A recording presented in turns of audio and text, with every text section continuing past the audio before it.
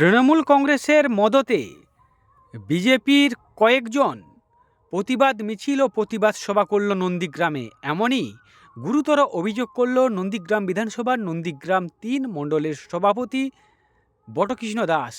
বটকৃষ্ণবাবু দাবি করেছেন, দলীয় এমপি ও এমএলএর ওপর আক্রমণের প্রতিবাদে গতকালকে বিকেলে নন্দীগ্রাম ৩ মণ্ডলের পক্ষ থেকে নন্দীগ্রামের বর্তমান অবস্থা প্রতিবাদ মিছিল ও প্রতিবাদ বিধানসভা নির্বাচন 2026 যত এগিয়ে হওয়ার ফলে ওই সভা বিকাল 3:30টাতে স্থগিত করা হয় বা বাতিল করা হয়।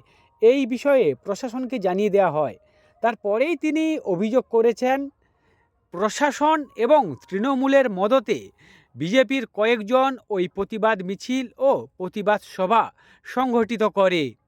এই বিষয় সম্পর্কে উচ্চ নেতৃত্বের কাছে বিস্তারিত অভিযোগ জানানো হয়েছে।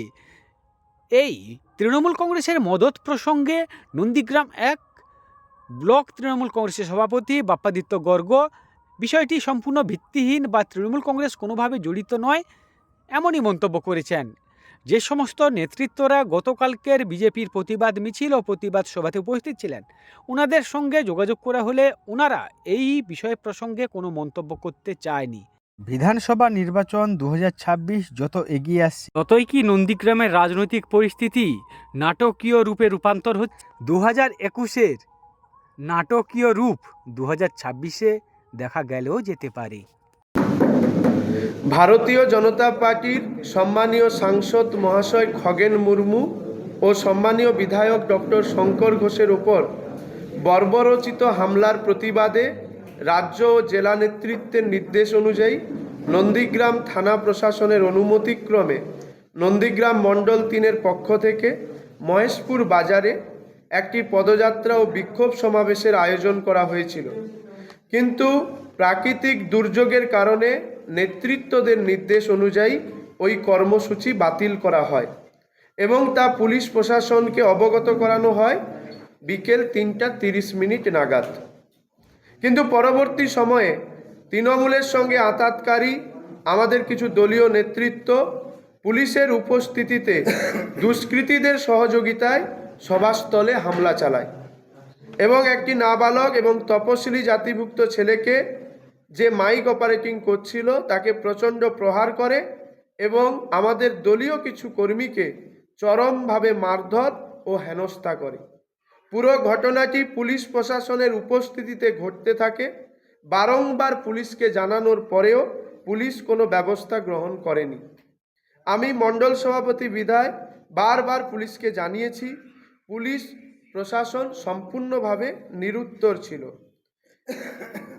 উক্ত ঘটনায় যাতে তদন্তপূর্বক জড়িত দুষ্কৃতীদের কঠোর প্রশাসনিক ব্যবস্থা গ্রহণ করা হয় এবং নাবালক তপশিলি জাতিভুক্ত মাইকম্যান ছেলেটিকে যারা নিগ্রহ করেছে তাদের বিরুদ্ধে যথোপযুক্ত প্রশাসনিক ব্যবস্থা গ্রহণ করা হয় তার দাবি করছি, না হলে বুঝবো যে মমতার রাজ্যে কোনো বিচার নেই। আপনি যে বলছেন তৃণমূলের সঙ্গে আঘাত করে এইসব করেছে, গতকালকে দেখা গেল বিজেপির পতাকা নিয়ে মিছিল হয়েছে এমপি এবং বিধায়কের ওপর এই আক্রমণের প্রতিবাদ। আমি প্রথমেই বলে গেছি, দলীয় নেতৃত্বের নির্দেশে ঘোষিত প্রোগ্রাম ছিল এবং সেই ঘোষিত প্রোগ্রাম বিকাল 4টার সময় ছিল। 2:15-20 নাগাদ প্রাকৃতিক দুর্যোগ দেখা যায়, বজ্র বিদ্যুৎ সহ বৃষ্টি আসে। আমরা 3:30 দলীয় নেতৃত্বের নির্দেশে আমরা মিটিংটি বন্ধ করে দিয়েছি এবং সেটি আমরা ঘোষণা করেছি, পুলিশ প্রশাসনকে জানিয়েছি। তারপর কার সঙ্গে আঁতাত করে কি কারণে ওখানে মিটিং হয়েছিল সেটা আমি বলতে পারবো। নন্দীগ্রামে বিজেপির মণ্ডল সভাপতি অভিযোগ করছে, তৃণমূলের মদতে বিজেপি প্রতিবাদ মিছিল হয়েছে, বিষয়টা কীভাবে দেখছেন? গতকাল বিজেপির ঘোষিত কর্মসূচি ছিল মহেশপুর বাজারে।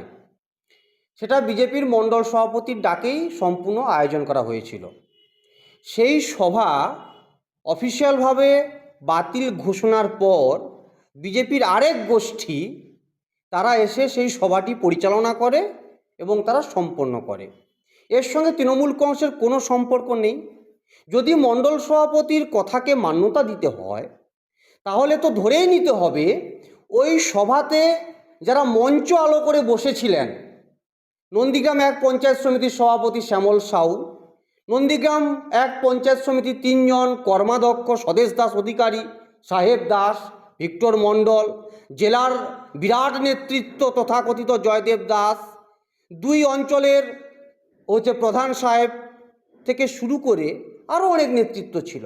তাহলে তারা সবাই যদি তৃণমূলের অঙ্গুলি হেলনে এই ঘটনা ঘটায়, তাহলে তো ধরেই নিতে হবে যে মণ্ডল সভাপতি হিসাবে বটকৃষ্ণ দাস এবং এই নন্দীগ্রামের বিতর্কিত বিধায়ক এবং রাজনৈতিক নেতা হিসাবে বিজেপির শুভেন্দু অধিকারী ব্যর্থ। বাপাদিত্য গর্গ, নন্দীগ্রাম 1 নম্বর ব্লক তৃণমূল কংগ্রেস কমিটির সভাপতি।